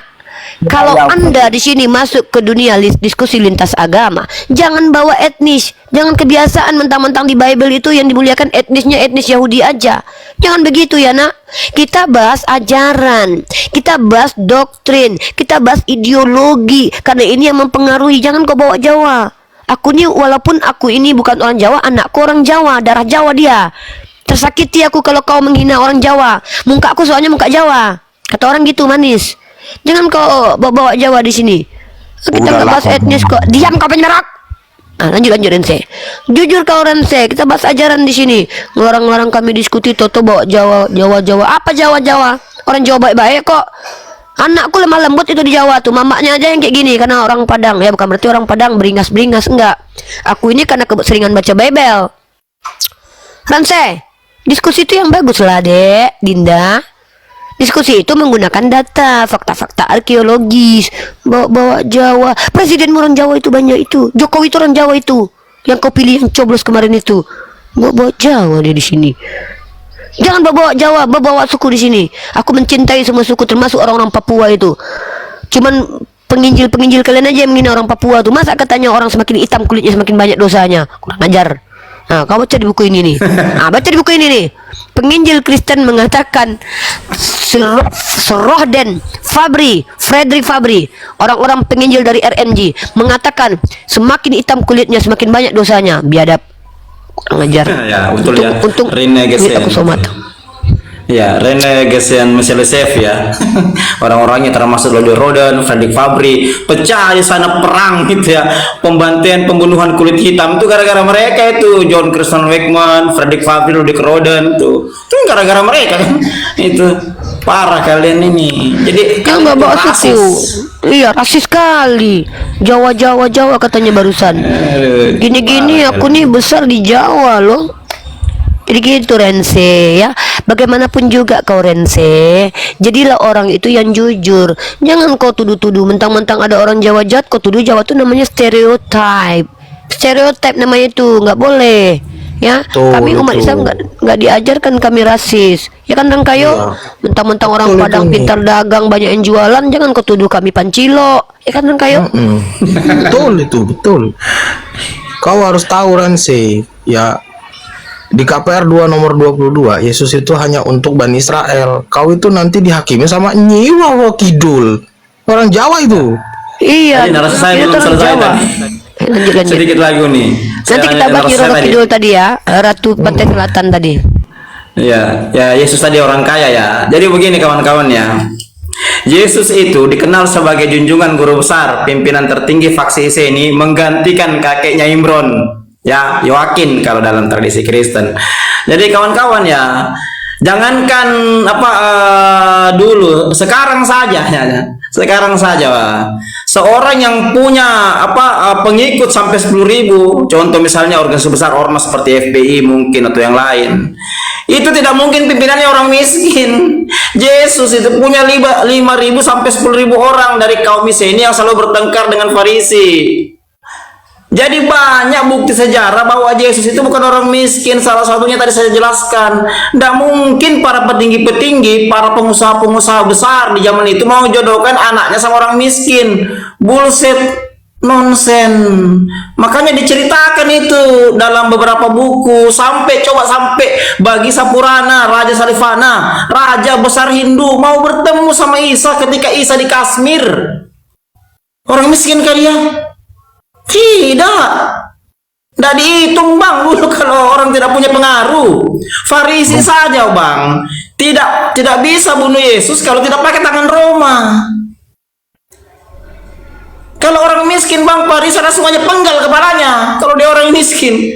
Tapi buktinya Farisi, kelompok Farisi yang mempunyai ribuan pengikut tidak berani langsung membunuh Yesus, menggunakan tangan Roma baru membunuh Yesus. Itu bukti-bukti Yesus bukan orang miskin bro, Yesus orang kaya. Ada pimpinan imam besar miskin? Tidak ada, itu hanya cerita tradisi Yunani, tradisi Bibelkawi yang hoax itu. Masih belum paham juga? Anda baca bukunya. Anda baca buku ya, Anda baca buku karangan Elizabeth Clark Prophet, The Lost Years Evidence di Commentary of Jesus. Baca bukunya Mugi Whithouse, Jesus Got Married, yang diangkat dari fragmen Jesus says to them, My wife. Baca kau. Tuhan kau itu orang kaya, bukan orang miskin. Itu hanya tradisi Yunani, mengikuti tradisi dewa-dewa. Tukang kayu dikatakan miskin, tidak punya tempat apa segala macam. Nah, ada itu. Kau saja kaunya, kalau kau presiden, mau kau jodohkan anak kau sama anak tukang kayu? Mau? Dulu masih kental itu bang, kasta itu dulu. You tahu kasta? Itu masih kental bang. Dulu, sekarang aja masih berlaku itu, apalagi dulu bang. Dulu, kalau kau baca sejarah Hindu ya, sejarah Hindu tidak jauh dari tradisi Yahudi, karena lahir dari satu rahim. Dulu, kasta Waisak, kasta Sudra, ya, kasta Brahmana, kasta Kesatria, itu tidak bisa kasta Brahmana, kasta Kesatria kawin sama anak ini kasta Sudra nih, kecuali kalau hamil duluan. Paham kau? Belajar kau tidak tradisi mereka. Jadi yang katakan Yesus miskin itu hanya tradisi Yunani. Oke, mantap bang. Udah, biar yang penting poinnya udah tersampaikan. Biar kita izinkan ini orang-orang ini. Ya tadi Rense atau penyebar hoax dulu nih. Siapa dulu yang mau ngomong? Tidak gini. Enggak, tunggu dulu, bentar dulu. Kita mau siapa yang mau bicara dulu? Rense atau penyebar hoax? Bang Rense boleh Sudah satunya raja. Beda. Bang Rense mute dulu ya. Dulu penyebar hoax. Sabarlah kau Pak Tua. Iya, tapi aku ngomong dulu sama saudaramu dulu. Nggak sabaran kali kau. Aku dulu, biarkan dia terakhir. Iya, aku mau ngomong sama dia dulu. Ya, Bang Rense di mute dulu ya. Nanti kalau bertanya mending bertanya aja. Abang jangan bawa-bawa suku di sini ya, nggak bagus itu ya. Nanti memecah belah negara kita. Siap Bang Rense ya. Aku harus keras. Siap. Aku harus keras kalau masalah itu ya Bang Rense ya. Nah, aku mute dulu Bang Rense. Kayak gitu kami penyebar hoax. Kami hargai tamu kami di sini. Kalau dia salah kami luruskan, bukan kami maki-maki hina-dina begitu juga. Kau penyebar hoax. Silakan ngomong kau. Jadi aku nanya dulu, Isa sama Yesus itu sama enggak? Kenapa kalian kritisi terus Yesus? Kalau enggak sama, enggak usah dikritisin gitu loh. Oke, itu pertanyaannya ya, Pak. Bentar dulu. Yang pertama ya. Yang Pertama. kedua. Yang kedua, Pak. Tadi Anda mengkritisi bahwa Yesus itu tidak mati, tidak wafat. Coba baca surat Al-Maidah ayat 117 dan surah Al-Imran. Tawafakum di situ Pak, bukannya moto di situ Pak. Aman Ustaz, tenang Ustaz, santai. Surat Maryam ayat Kita udah tahu nih. 33. Coba baca di situ, ya. Anda Ya, itu dua. berbohong. Lihat. Kau bertanya menuduh kau hantu. Iya, Lu dengar bertanya dulu. malah nuduh. Kau kan belum dapat jawaban dari kami kok kau bilang pula Ya. kami berbohong. Memang Aku udah kayak gini baca lah dari kelakuan kau, nanti dimaki mama aku loh, Bunda Ike di bawah itu kau mau diludahi Bunda Ike, ludah kudus Bunda Ike. Ya, Kau itulah kalau sempat kau pertanyaan di sini ngomong lagi berbohong, kau diludahi Bunda Ike. Kau nggak tahu aku dipantau mama aku di bawah itu. Kau bertanya Iya, aja. iya, pertanyaan Kau saya. bertanya aja sama aku. Ya, udah. Tak disuruh Pertanyaan bertanya. yang kedua. Udah dua pertanyaan kau itu. Pertanyaan Iya. ketiga itu. Kau pertanyaan Enggak. kau tadi satu, ya Isa sama Yesus sama apa beda? Yang Ya, kedua, apakah Yesus mati atau tidak? Yang ketiga apa? Berhitung pun kau nggak pandai. Inilah Ya kenapa udah. kau tritunggal. 1 sama dengan 3, 3 sama dengan 1. Kau Enggak diludahi gini. nanti sama orang-orang Indonesia loh, Kalau- anakku. kalau Ya lanjut nggak anak ada bunda. persamaan- Ada kalau nggak mama ada aku di persamaan- bawah tuh. Kasih kalau bunda nggak ada aku. persamaan Diam Yesus dulu, aku mau dengan- menyapa mama aku dulu. Diam kau nggak ada guna. Bunda, assalamualaikum bunda. Bunda aku yang ini bunda aku di bawah, nggak ada bunda aku di bawah, minta naik. Ya, sehat-sehat bunda. Inilah bunda menghadapi oten-oten botol ke si penyebar hoax ya bunda. Doakan anak bunda selalu sehat selalu ya bunda. Udah, lanjut kau ngomong. Daripada kau menghadapi mama aku, mending kau menghadapi aku dulu. Lanjut. Iya. Jadi kalau memang nggak ada hubungannya Yesus dengan Isa, kenapa tiap hari? Itu kau bukan bertanya penyebar hoax, anak Teos. Itu kau sedang curhat. Aku lagi mau menjawab, udah 3 tadi. Dengarkan dulu Jawab, anak bunda ya. Anak bunda, Dinda diam dulu. Dinda udah diam ya. Penyebar hoax diam dulu. Aku lebih dulu ada sebelum Abraham ada. Aku udah ada duluan. Diam kau. Ya, jadi aku sudah ada di Laul Mahfuz Itulah dulu kau. kebohonganmu, dongeng Bukan kau. kebohongan, bukan dongeng. Dongeng itu di kitabmu, menurut sekolarmu. Diam dulu ya. Udah belum Orang udah lain 3. tahun Aduh, 80 memang pengen birahi kali kau ngomong sama bunda ini ya. Udah diam kau ya. Mute kau. Kalau nggak aku mute penomamu nanti. Kau mute sendiri cepat. Bagus. Jadi gini, penyebar hoax anak bunda yang nggak tobat-tobat sejak zaman dahulu kala ya, sudah dikasih tahu berkali-kali masih aja botolnya kayak Edis ya. Kasih bunda aku, I love you juga bunda. Kau tengok itu, orang Islam tuh saling mencintai. Kau tengok tuh lope-lope dilemparkan bunda aku dari tadi. Kau nggak ada yang suka sama kau, keluarga kau pun benci sama kau. Ya, jadi gini penyebar hoax. Apakah Isa dan Yesus itu sama? Ada 2 jawaban. Yang pertama adalah kalau yang dimaksud Yesus yang terhina, ternista, minta-minta, ngambil punya orang, terkutuk itu nggak sama. Kenapa seperti itu? Karena memang kitabmu memuat informasi-informasi dari orang-orang yang tidak jelas dengan perspektifnya pribadi.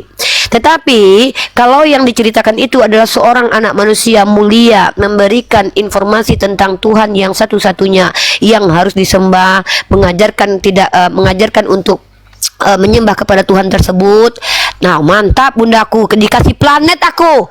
Kau tengok kalau bundaku udah berkata-kata dengan gift-nya. Nangis kau. Kau dari tadi cuma 4 koinmu kan? Nah, itu tanda-tanda kau nggak ada yang suka. Jadi begitu Dinda, maka ada 2 jawaban, bisa sama, bisa tidak sama. Maka kami tidak mengimani kitabmu itu sebagai kitab suci, karena kitabmu menurut kami, menurut para skolarmu juga adalah informasi-informasi, catatan-catatan yang diklaim ditulis oleh murid-murid Yesus yang tidak jelas validasinya secara ilmiah. Begitu Dinda ya. Oke, yang kedua. Apa tadi pertanyaanmu yang kedua tadi? Apakah Yesus mati? Iya, dalam kitabmu yaitu Yesus mati ditelanjangi terkutuk. Iya betul. Aku akui itu di kitabmu. Surah Al-Maidah jawab. Iya, itu sudah. Al-Maidah, Kau bilang aku bodoh. Kau tengok. Kau bilang aku bodoh. Dengar dulu. Bukan berarti kita mengatakan orang lain bodoh tuh orang lain bodoh. Dikatai bodoh sama orang gila itu bukan sebuah hinaan, tapi itu malah pujian itu ya. Orang gila yang ngatain aku bodoh loh. Kau dosenku aja bilang aku cerdas, kau prodiku aja bilang aku cerdas, rektorku aja memanggil. Aku mau curhat ini.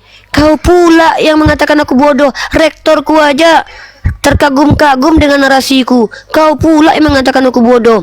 Kau tengok bundaku. Kau ada-ada aja kau. Diam kau dulu.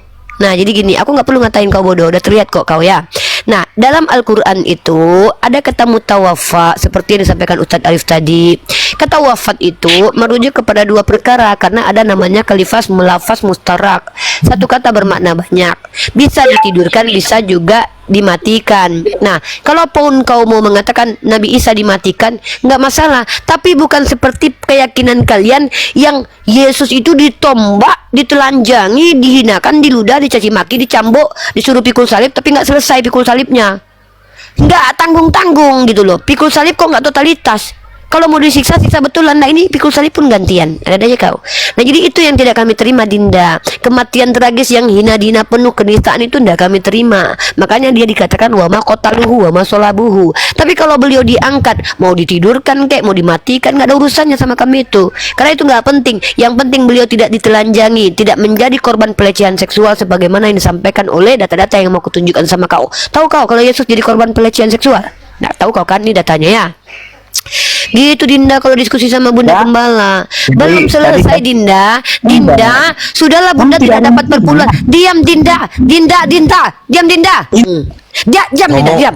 Ngomong aja nih, biar aku jaga ini mulutnya penyebar spermatos ini. Diam Dinda. Diam Dinda. Ini Bunda lagi mendidikmu ya Bu Dinda ya. Kau tengok ini. Jadi kalau kita lihat kalau kami percaya bahwa Yesus atau Nabi Isa mati disalibkan dengan ditelanjangi, sama saja kami percaya bahwa Yesus itu dilecehkan secara seksual. Nggak terima kami. Menurut The Conversation, Yesus juga korban pelecehan seksual ketika disalib. Inilah pendapat kalian. Ini yang nggak kami terima. Bagi kami tidak ada berita begini. Masa orang ganteng gini nonotnya dilihat-liatin ke publik? Kok yang betul lah Dek Dinda. Nonot Tuhan mau dibongkar-bongkar di depan publik. Yang ada daya ya kau nih. Yang betul lah, nggak mungkin lah kalau betul Hansip Romawi menelanjangi Yesus. Kau pikir nonotnya nggak dipegang-pegang? Kau kebayang Hansip Romawi itu banyak yang hombreng. Kau nggak tahu ceritanya. Yang betul lah orang seganteng ini nggak dipegang-pegang nonotnya kalau ditelanjangi. Astagfirullahalazim Dinda. Terbayang nggak kau itu kalau dia sempat ditelanjangi? Dimain-mainkan nonotnya itu Dek. Nggak mungkin itu Dek. Intinya ya. Jangan lama-lama kalau nampilin gambar-gambar kayak itu. Tapi sensitif. Iya, gambar-gambar kayak itu. Intinya gini Dinda, intinya kami ini memuliakan Tuhanmu Dinda. Kau yang menghujat dia. Kami tidak percaya dia dibuka bajunya. Karena konsekuensinya gini. Diam dulu. Gini loh, kau bayangkan ya. Loh, bukan jawab pikiranku, aku tuh logika. Kau sama-samakan sama aku. Beda aku. Nggak ada kau sama-samakan aku. Yang bahkan dengan Maria Magdalena pun nggak sama aku. Kau ini nyamakan aku. Tidak ada yang sama denganku, melainkan diriku sendiri. Aku adalah aku yang tidak akan berubah menjadi aku. Diam kau. Jadi begini loh Dinda. Diam dulu Dinda ya.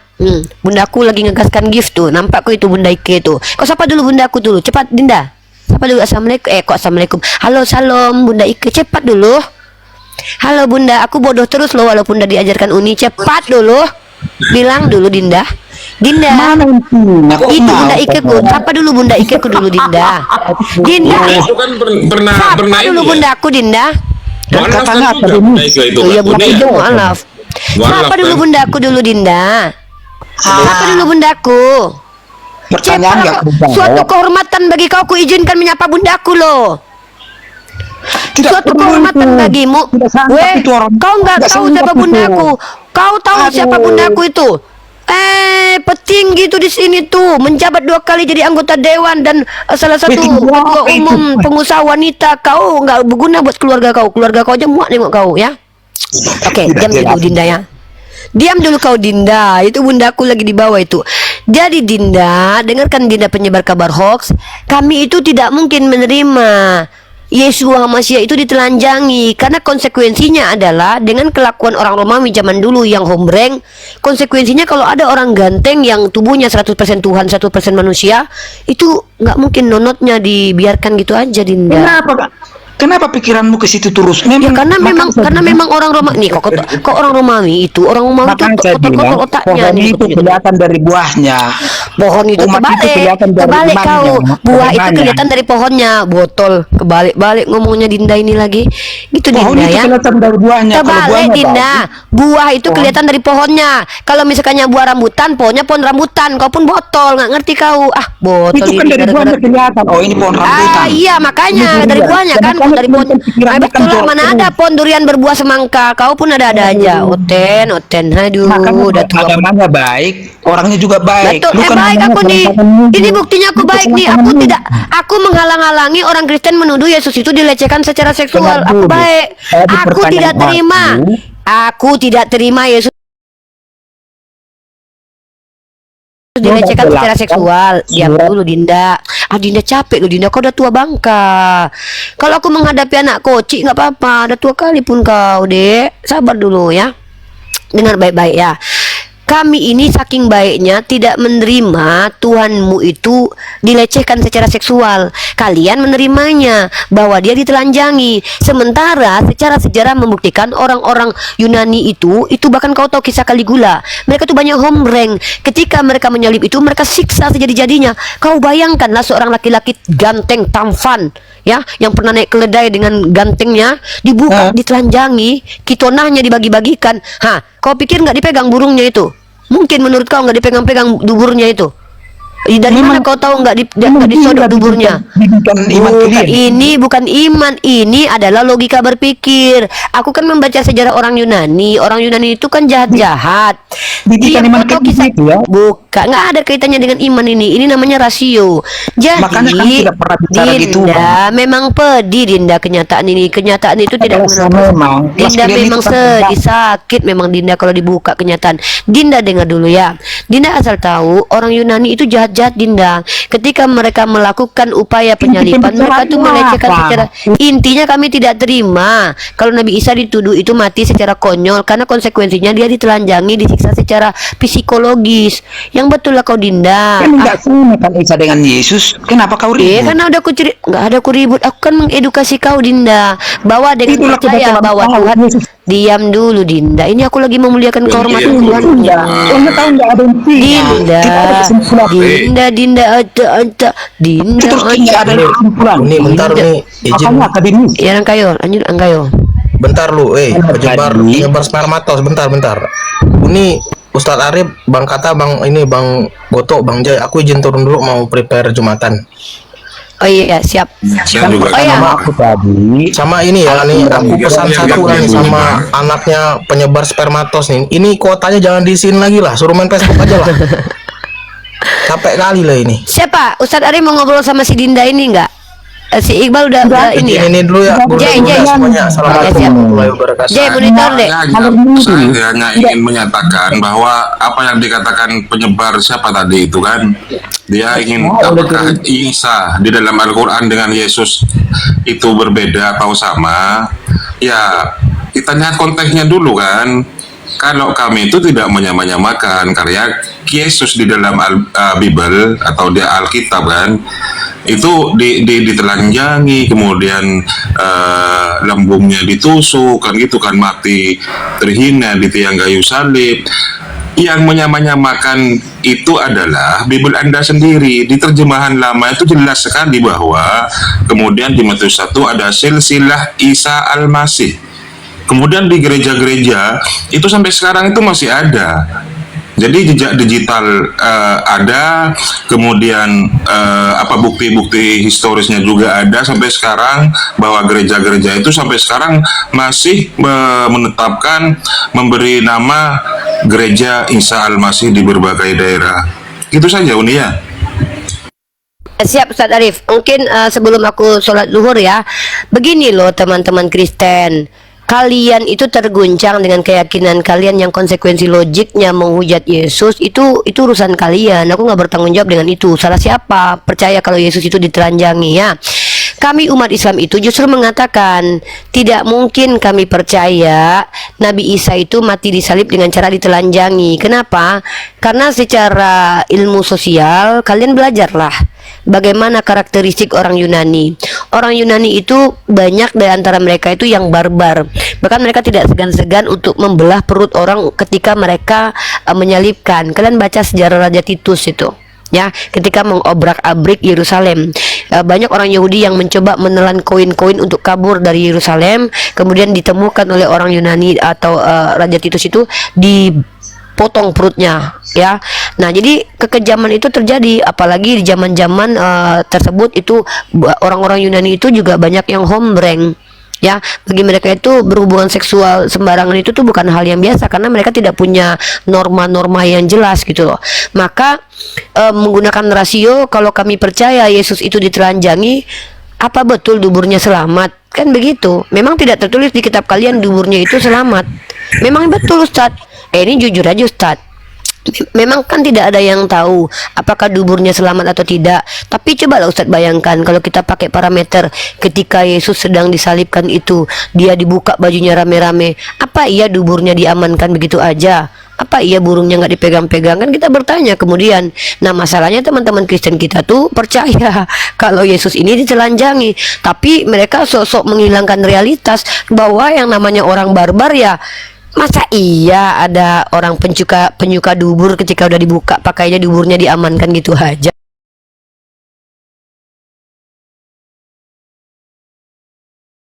Apalagi orang Yunani kan memang niatnya menghina dia, bukan untuk menghormati dia gitu loh. Izin Ya, Dek? Saya jumatan dulu nih ya. Sholat dulu.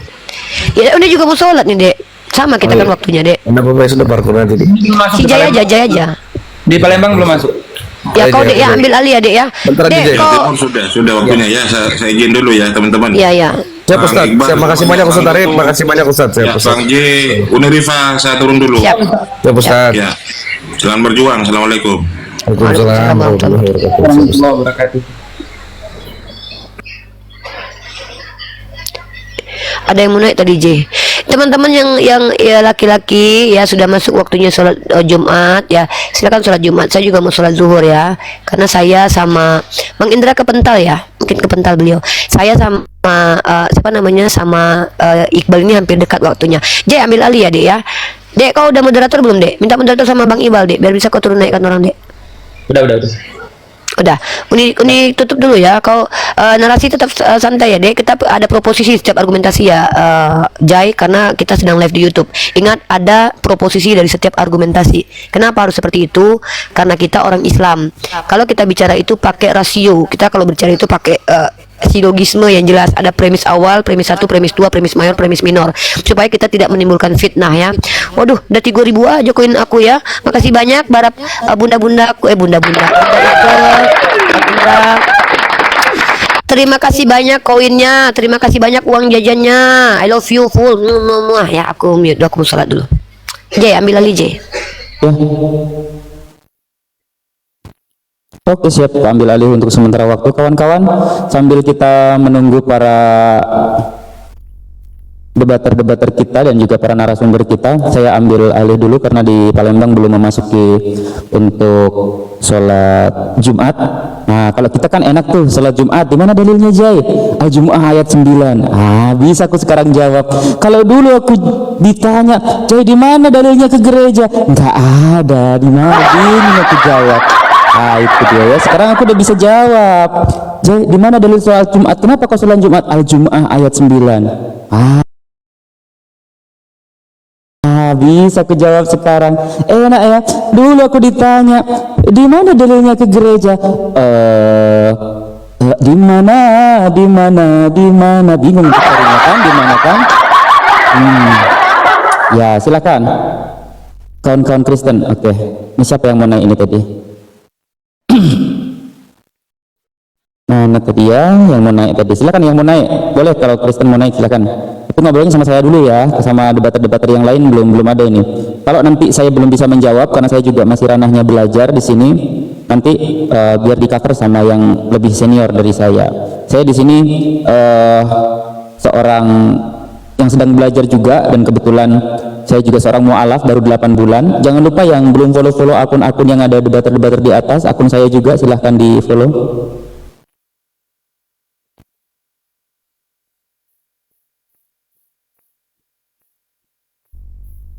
Silahkan kawan-kawan semuanya. Wong Palembang, oke. Ionian, aku nih wong Palembang. Jadi jangan kaget men aku ngomong. Ku semprot kok pakai cukom pempek ya. Itu dia. Oke dia. Ini saya lihat belum ada yang naik ini. Untuk kawan-kawan Kristen. Oke, kita naikkan satu orang ya. Saya mau lihat dulu siapa ini. Ini saya pilih yang Kristen. Ada yang mau naik banyak, cuman oke. Ini siapa ini? Oke. Saya Medan masih lama, itu dia, masih lama. Di Palembang sekarang jam 11.31. Halo Abang Zablek. Zablek. Halo Bang. Kakak. Halo.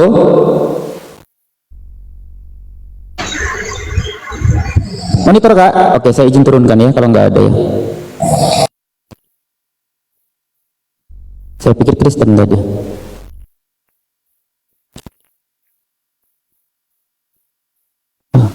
Mana ini Kristennya ini? Mengapa kau Tuhankan manusia? Enak ya suaraku ya. Mengapa kau menuhankan benda? Kok? Oke, ini ada yang mau naik lagi nih. Silakan kalau yang mau naik boleh kok. Silakan naik aja.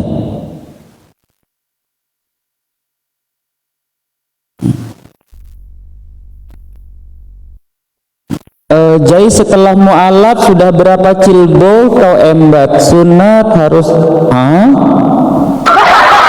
tidak ada kakak kami seperti itu, tidak ada ya, tidak ada di dalam ajaran Islam itu yang mengajarkan hal seperti itu, nggak ada sama sekali itu ya. Jadi nggak ada ajaran Islam itu seperti itu. Halo, selamat siang. Assalamualaikum kalau Muslim. Ya, halo? Assalamualaikum. Maaf nih merah ini. Oh, siap. Dari Australia, salam. Ya. Nanti kalau tadi diperlukan boleh diturunkan. Insya Allah baik, tentang siap. Islam Insya Allah. bisa menghadap. Ya. Baik, siap. Izin diturunkan kalau begitu. Maksudnya ajaran Islam tentang sunat. Perintahkan nama. Oh, ajaran Islam tentang sunat. Ya, sebenarnya udah sering banget dijelaskan ya bagaimana ajaran Muslim tentang sunat itu. Jadi gini, istilah khitan atau sunat itu terbayang apa ya? Kalau di Islam gitu ya, itu punya posisi penting. Kenapa? Sebenarnya di agama Yahudi juga itu kan perjanjian kekal, bahkan di kitab Kejadian 17:14, barang siapa yang tidak menyunatkan dirimu maka harus dilenyapkan, begitu kan ya. Nah, ternyata si Oten ini tidak bersunat, itu mengikuti Paulus di Galatia 5 pasal kedua, barang siapa yang menyunatkan dirimu maka Yesus Kristus tidak berguna bagimu. Nah, sebenarnya kau yang harus dipertanyakan, Ten, bukan kami gitu. Jadi kalau disunat gitu ya. Sunat itu kan proses menghilangkan sebagian kulit yang menutup ujung alat kelamin laki-laki ya. Nah, ajaran ini bukan baru muncul di masa Nabi Muhammad SAW saja, tapi sudah dilakukan sejak Nabi Ibrahim alaihi salam. Begitu kawan-kawan. Dalam Islam, hitan termasuk bagian dari fitrah atau naluri bersih manusia. Nah, fitrah ini disebut dalam hadis yang intinya menyebutkan 5 perkara yang termasuk fitrah. Itu yang saya ketahui ya. Itu yang pertama berkhitan, mencukur bulu kemaluan, memotong kuku, lalu mencabut bulu ketiak. Nah, itu fitrahnya seorang muslim itu seperti itu. Jadi sudah tidak diiniin lagi. Lalu hukum hitan bagi seorang laki-laki itu sudah jelas sekali ya. Nah, mayoritas itu dari ulama mazhab Syafi'i dan Hambali itu menyatakan bahwa hitan bagi laki-laki itu hukumnya wajib. Ada beberapa dalil yang menguatkan pendapat ini, seperti sabda Nabi Muhammad SAW, hilangkanlah rambut kekafiran yang ada padamu dan berhitanlah. Itu hadis riwayat Abu Dawud Al-Baihaqi kalau tidak salah. Nah, selain itu ini disebut dari bagian fitrah dalam hadis Bukhari dan Muslim. Jadi memang udah jelas sekali ya bahwa khitan itu udah sangat ya memang ajaran dan perjanjian kekal dengan Tuhan. Bahkan ada juga di surat An-Nahl ayat 123, itu juga ada perihal tentang mengikuti milah Ibrahim. Begitu kawan-kawan. Nah, masalahnya kalau Kristen tidak bersunat ini ngikutin siapa? Ternyata mengikuti Paulus, gitu ya. Paulus, barang siapa yang menyunatkan dirimu, maka Yesus Kristus tidak akan berguna bagimu. Jadi kalau misalkan Jain ya, atau orang mualaf-mualaf lain ketika kembali lagi kepada kekristenan, ya nggak akan berguna Yesus Kristus, gitu ya. Kenapa? Karena sudah tidak berkulup. Jadi bingung nanti nyari kulupnya di mana. Masa mau diganti kulup ayam? Nggak mungkin ya, begitu. Nah, cak itu nih anjinya. Oke. Ada lagi nih yang mau naik enggak? Oke, siapa ini? Halo, selamat siang. Halo, selamat siang. Halo. Lah, kabur semua. Ini kita sambil nunggu Uni ya. Habis ini di Palembang belum masuk, cuman saya sambil ini. Oke, saya naikkan ini. Halo. Ini mana Abdul? Halo, selamat siang. Halo, selamat siang. Ini kenapa sih naik-naik pada jadi berhala di atas ini? Aduh, kalian ini loh. Mana Abdul? Oke, Abdul, Anda saya bisukan. Jika Anda mau naik ngobrol dengan saya, silahkan naik. Silahkan. Sudah saya bisukan Anda. Ayo Abdul, saya jambak Anda ya. Anda punya rambut nggak? Atau jangan-jangan botak nanti kayak saya? Ayo Abdul.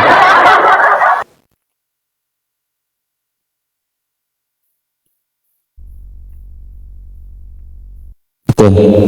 Ini naik lagi nih Bang Antioquia. Oke, silahkan Bang Antioquia. Oke, silakan. Siapa yang suruh kau sunat? Yai. Ya, silahkan. Apa mau ditanyakan Abang? Ya, siapa yang suruh kau sunat? Yang menyuruh saya sunat ajaran Nabi Muhammad SAW. Dalam Islam, kalau tidak bersunat, dia belum dikatakan sebagai seorang Islam. Muhammad itu tidak sunat, Jai. Kau ingatlah. Nabi Muhammad SAW mengaku dengan mulutnya sendiri dia lahir secara bersunat. Sekarang saya tanya, Anda tidak bersunat mengikuti siapa? Jai. Aduh, kenapa kalian dibodohi begitu? Masih Anda tidak bersunat mengikuti siapa? Iya. Ya, Anda tidak bersunat mengikuti siapa? Karena Yesus sudah sunat buat saya. Yesus sudah bersunat buat Anda. Ini maksudnya kayak mana nih? Yesus sudah bersunat buat saya. Perlu lagi potong-potong. Begitu ya. Aduh. Kau tidak disuruh. Muhammad juga tidak sunat, bro. Jadi Anda tidak sunat mengikuti siapa? Oh, Khadijah itu janda, dia senang yang berkulup. Tahu nggak? Anda menghina. Anda menghina. Dijelasin pun. Ditanya, kau tidak sunat ikut siapa? Ikut karena Yesus sudah bersunat. Apa hubungannya Yesus sudah bersunat kau nggak bersunat? Barang siapa yang mengaku ada Yesus dalam dirimu, maka engkau harus hidup sama seperti Yesus hidup. Nah, Yesus bersunat, kau nggak bersunat, kau ikut siapa ya? Karena Yesus sudah bersunat. Apa hubungannya sama kau? Kayak mana sesuatu ini?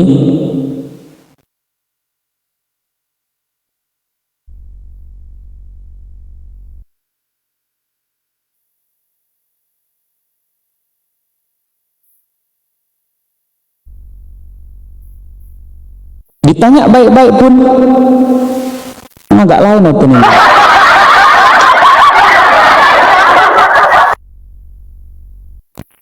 Sakit memang.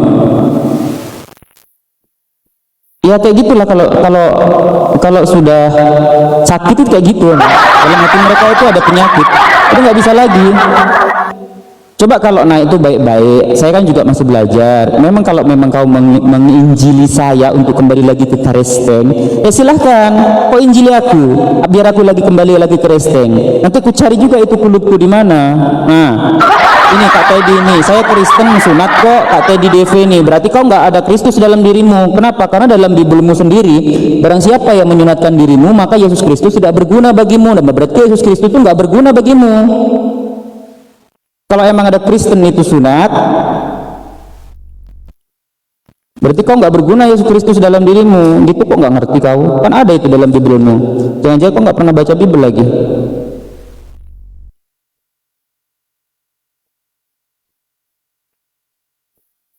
Nih, ku bukain ya, ku bukain kau ya. Aku ada Bible nih.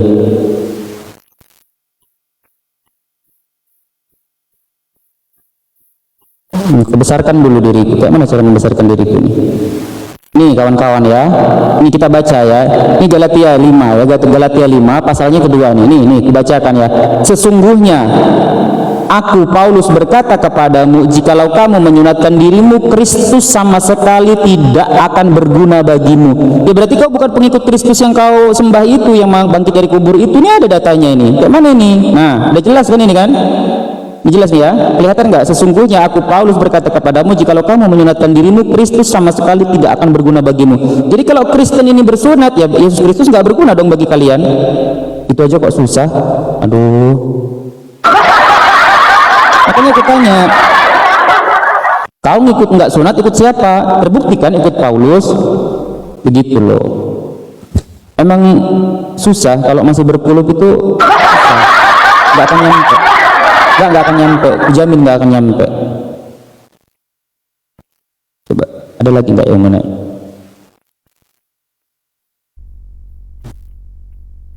Oke, Kak Teddy naik ini, silahkan.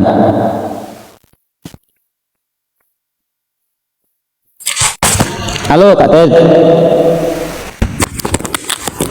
Halo. Halo, dari Denom apa Kak Ted?